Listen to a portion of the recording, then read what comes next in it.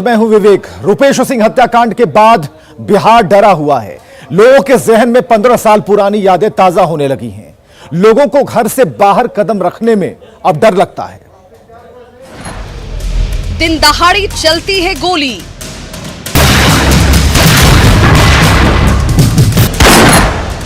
खामोश है खाकी की बोली।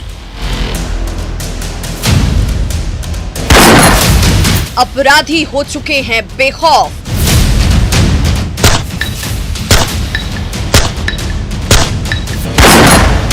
खाकी के दावों में ही खौफ।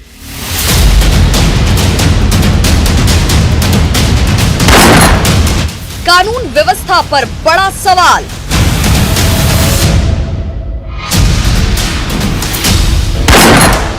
अपराध से बिहार का बुरा हाल।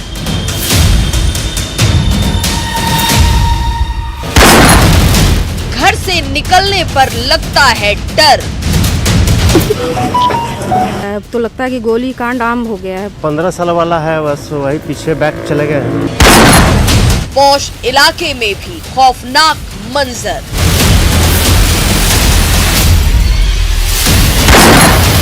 वारदातों से सहमा बिहार।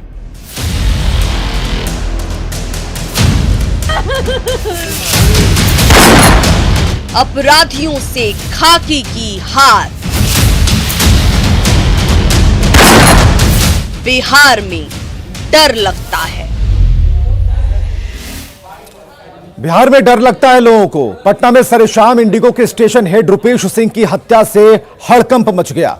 आप 5 तस्वीरें अब देख पाएंगे जिसमें क्राइम सीन है। रुपेश सिंह के अपार्टमेंट के बाहर उनकी हत्या की गई। रुपेश सिंह का कातिल कौन है, यह पुलिस के लिए एक बड़ी चुनौती है उसे ढूंढ पाना, क्योंकि देर शाम से ही पटना पुलिस विभिन्न जगहों पर छापेमारी कर रही है। लगातार इस हाई प्रोफाइल हत्याकांड को क्रैक करने में जुटी हुई है। सीसीटीवी से पुलिस को अहम सुराग हाथ लग सकता था, लेकिन जिस अपार्टमेंट में कुसुम विला में रुपेश रह रहे थे, उस अपार्टमेंट का सीसीटीवी पिछले 3 साल से खराब है। रुपेश सिंह की हत्या के बाद लोगों में डर व्याप्त है, दहशत का माहौल है।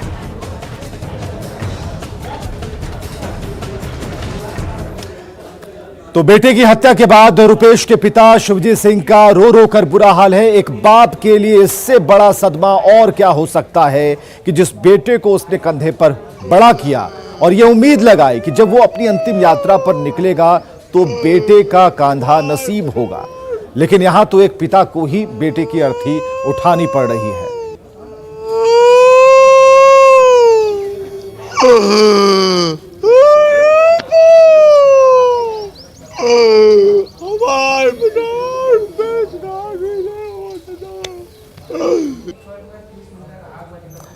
तो हृदय विदारक तस्वीरें हम आपको इस वक्त दिखाना इसलिए भी ज़रूरी है कि रुपेश के गांव में क्या माहौल है। उनके पिता हैं जिन्हें आप स्क्रीन पर देख पा रहे हैं, शिवजी सिंह इनका नाम है। और ऐसे में जैसे ही इन तक ये खबर पहुंची कि उनके बेटे की हत्या कर दी गई है, वो टूट से गए और उसके बाद घर का माहौल ही गमगीन हो गया। रुपेश के पिता का रो रो कर फिलहाल बुरा हाल है। अपने बेटे को याद करते हैं जब पिछली बार वो उनसे मिलने गांव आए हुए थे। तो ये सारी तस्वीरें अब एक एक कर सामने आ रही हैं। एक पिता का दर्द शायद प्रशासन समझ पाए इसे, क्योंकि प्रशासन और सरकार के जो नुमाइंदे हैं वो लगे हैं उन अपराधियों को पकड़ने में, ढूंढने में और उन कारणों का पता लगाने में जिस वजह से रुपेश की हत्या हुई थी। तो कल पटना में मर्डर हुआ, शाम का वक्त था जब यह घटना घटी और उसके बाद पुलिस के पास चुप्पी के सिवा और कोई जवाब नहीं है। हम रुपेश के गांव छपरा पहुंचे जहां पर उनके पिता को आप देख सकते हैं इस वक्त।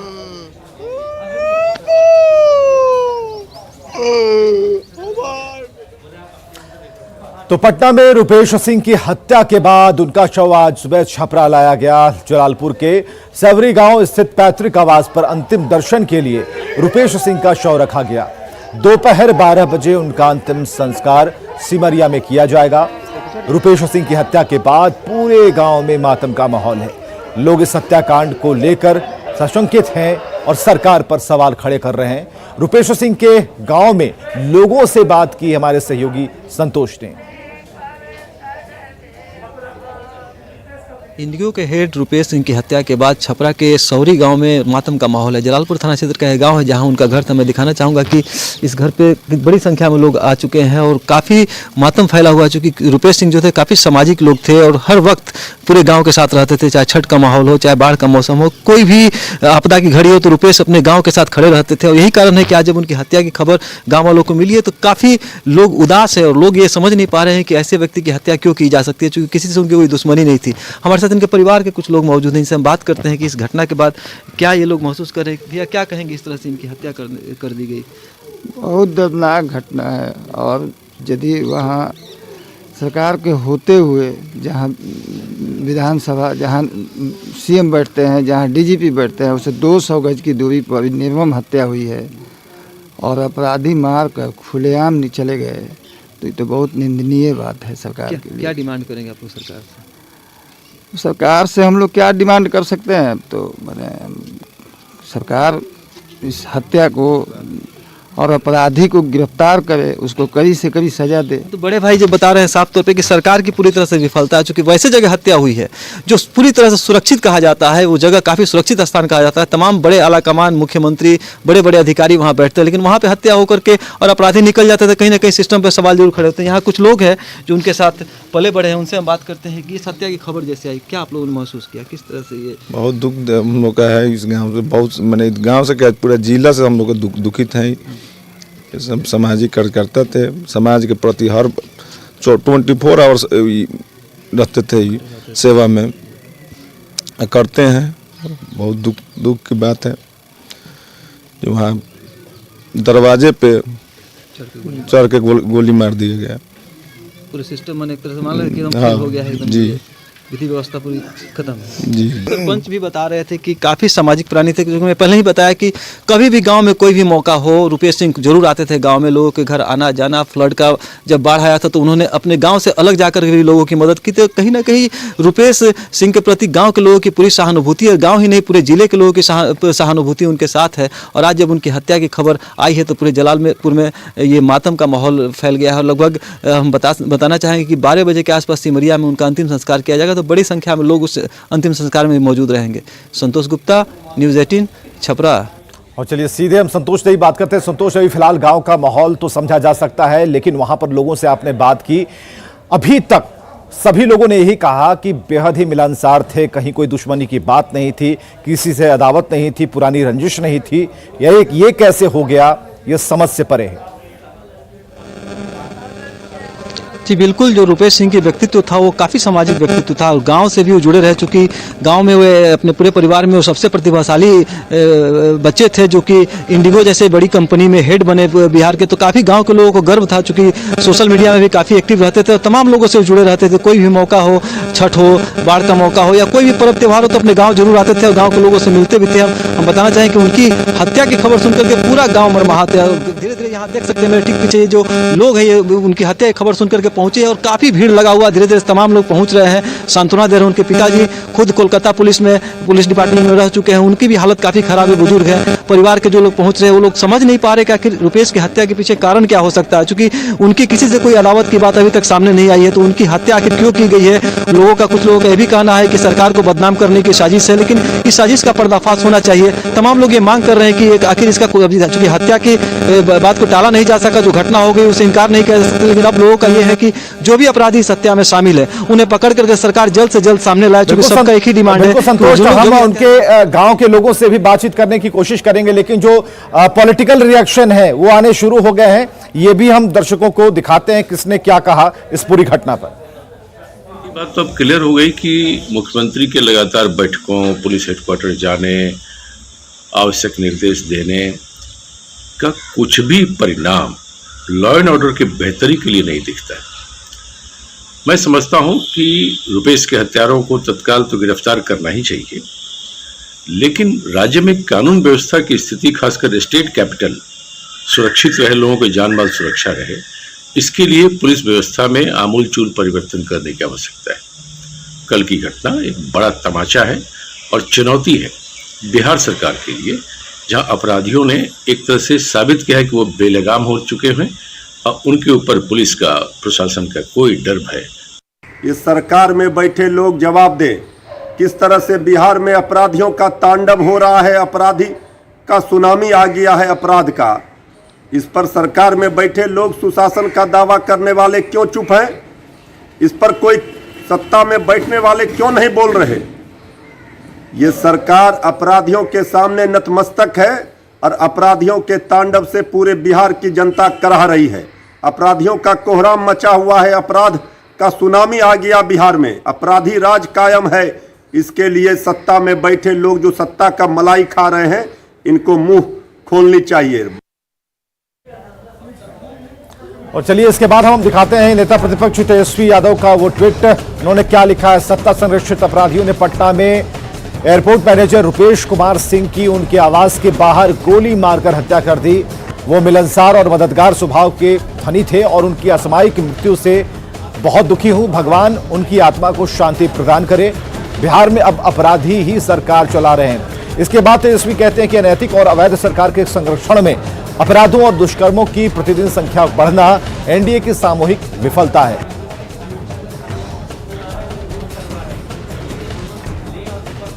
और चलिए तेजस्वी के इस ट्वीट के बाद जेडीयू के खेमे से क्या आवाजें आ रही हैं रिएक्शन के तौर पर, यह भी सुनिए। तौर पर रुपेश सिंह की हत्या हृदय विदारक था। सबों के बीच में चर्चित व्यक्ति थे, बहुत मिलनसार थे। ये हमारे लिए चुनौती है और चुनौती को स्वीकार हम लोग कर रहे हैं। जो भी हत्यारा होगा निश्चित तौर पर पकड़े जाएंगे। कुछ समय आप लोग दीजिए। वो आदमी सबों के दिल में रहने वाला व्यक्ति था और निश्चित तौर पर बिहार पुलिस सक्षम है। जो भी अपराधी इस तरह का कारनामा किया उस जेल के सलाखों के पीछे। और चलिए एक बार फिर हम जुड़ते अपने सहयोगियों से। शैलेंद्र जुड़ चुके हैं हमारे साथ। शैलेंद्र, पटना का हाल क्या है, राजधानी का हाल क्या है, अन्य जिलों की तस्वीरें क्या है, हम रोज दिखाते हैं, लेकिन इस पूरे मसले पर जो कल घटना घटी है, पूरा बिहार दहल गया है, सहम गया है, डरा हुआ है और बिहार में रहने से डर लगता है, लोग ऐसा कह रहे हैं। बिल्कुल जाहिर सी बात है, जब इस तरीके की घटना होती है और खुलेआम अपराधी जो हैं इस तरीके की घटना को अंजाम देते हो पटना में के राजधानी के बीचों बीच, वो भी जो वीआईपी इलाका है उस इलाके में इस तरीके की घटना घटती हो, तो आप समझ सकते हैं कि बाकी जो सुदूर इलाका है, जो दूर इलाका है, वहाँ की क्या परिस्थिति होती होगी। और ख़ास तौर पर ये जो कल रात की घटना है वो काफ़ी कहीं ना कहीं राजधानी वासियों को डराने वाली घटना है। इस वक्त हम शास्त्री नगर थाने में हम वो कार को हम दिखाएंगे जिस कार पर रुपेश सिंह मौजूद थे, जिस कार से वो उतरे थे और अपराधियों ने ताबड़तोड़ उन पर गोलीबारी की। शास्त्री नगर थाने में इस कार को इस वक्त यहाँ लगाया गया है। फॉरेंसिक की जो टीम है उसने इस कार की जांच कर ली है और फिलहाल इस वक्त थाने में एफआईआर की जो प्रक्रिया होती है वो पूरी की जा रही है। हालांकि कैमरे पर जो पुलिस के जो अधिकारी हैं फिलहाल कुछ भी बोलने को तैयार नहीं है, लेकिन ऑफ कैमरा उनका दावा है कि जल्द ही वो इस पूरे मामले का खुलासा करेंगे। पुलिस ये कह रही है, शास्त्री नगर थाने की पुलिस कह रही है कि इस मामले का जल्द ही उद्भेदन कर देंगे, लेकिन शैलेंद्र, क्या पुलिस अभी ये बता पाएगी सटीकता के साथ कि कितने राउंड फायरिंग हुई थी? यही बताए पहले। बिल्कुल जाहिर सी बात है और इसी की जानकारी नहीं है। और आप समझिए कि पुलिस गश्ती पे सवाल उठता है और खास तौर पर जो सिस्टम है, पूरा जो पुलिसिया सिस्टम होता है उस पर सवाल उठना कहीं ना कहीं लाजमी है कि आप दावा बहुत करते हैं, मुख्यमंत्री क्राइम मीटिंग कर रहे हैं, अधिकारियों के साथ मुख्यमंत्री बातचीत कर रहे हैं, लगातार निर्देश दे रहे हैं और उसके बाद भी इस तरीके की घटना घट रही हो।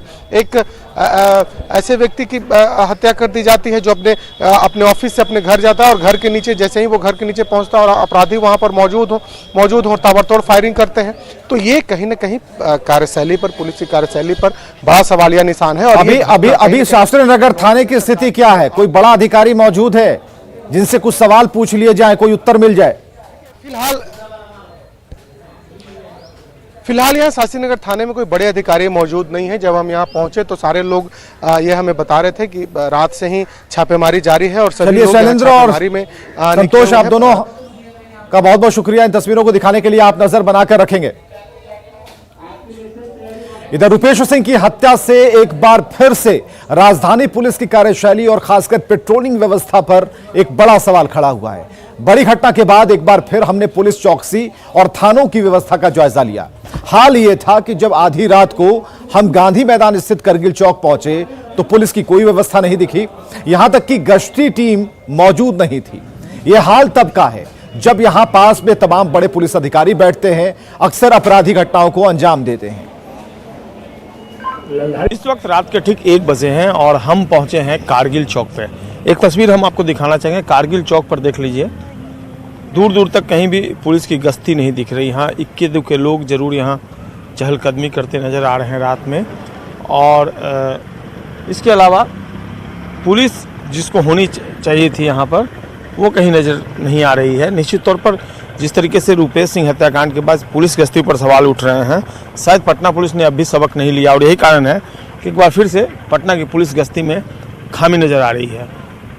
सवाल यह है कि अगर पुलिस गश्ती पर होती तो क्या अपराधी बेहिचक आपराधिक वारदातों को अंजाम देकर निकल जाते?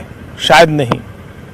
तो निश्चित तौर पर पटना पुलिस को अपनी कार्यशैली सुधारनी होगी, क्योंकि पेट्रोलिंग जहां होनी चाहिए वहां अगर आप नहीं रखेंगे तो आपकी पेट्रोलिंग व्यवस्था भला किस नाम की चीज़ है।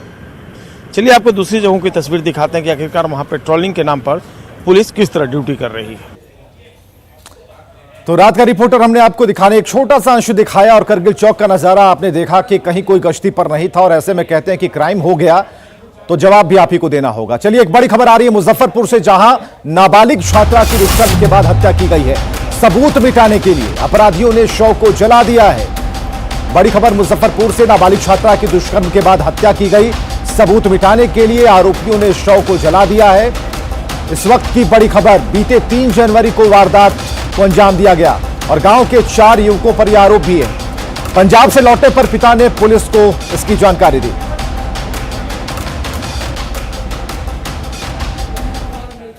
और चलिए बात करते हैं अब कोरोना के काउंटडाउन की। तो उससे पहले हम बात करेंगे, मुजफ्फरपुर पुलिस ने चर्चित मोबाइल कारोबारी अभिषेक अग्रवाल हत्याकांड का 6 दिन बाद खुलासा किया है। अभिषेक की हत्या की साजिश किसी और ने नहीं बल्कि उसके पड़ोसी मोबाइल दुकानदार ने रची थी। अभिषेक का पड़ोसी दुकानदार राहुल साहू कर्ज में डूबा हुआ था। उसने कर्ज से उबरने के लिए अभिषेक की हत्या करवा दी। और इतना ही नहीं, राहुल इतना शातिर है कि वो दुख की घड़ी में परिजनों के साथ होता था, कैंडल मार्च में भी शामिल होता था। पुलिस ने हत्या मामले का खुलासा करते हुए हथियार और बाइक के साथ 4 अपराधियों को गिरफ्तार किया है, जिसमें साजिशकर्ता राहुल शामिल है। गिरफ्तार राहुल और किशन उर्फ लालू ने अपना गुनाह कबूल कर लिया है। हालांकि शूटर राजेश पुलिस की गिरफ्त से बाहर है। इस मामले में पुलिस ने 4 व्यक्तियों को अरेस्ट किया है और जिनके पास से गोली मारने के दौरान यूज किया हुआ कंट्री मेड वेपन, इसके अलावा उस घटना में प्रयुक्त की गई गाड़ी भी बरामद हुई है। जब इन लोगों से पूछताछ की गई तो इन्होंने बताया कि जो मोबाइल कारोबारी थे उनके बगल की शॉप का एक कारोबारी था जिसको पैसे की आवश्यकता थी और वो कर्ज में डूबा हुआ था। इसी के दौरान उसने जो मृतक था उसके साथ में उससे पैसा लेने की कोशिश की। जब पैसा नहीं देने के पश्चात में उसने एक योजना को अंजाम दिया। हुआ था मार्केट में घूमते थे तो उनसे किससे जान पाए? लालू जी से। अच्छा। ठीक है, तो ये घूमते रहते थे मार्केट में, तो हमको एक राजेश नाम का आदमी है जिनसे इनका जान पहचान है, वही आदमी बुलवाया था।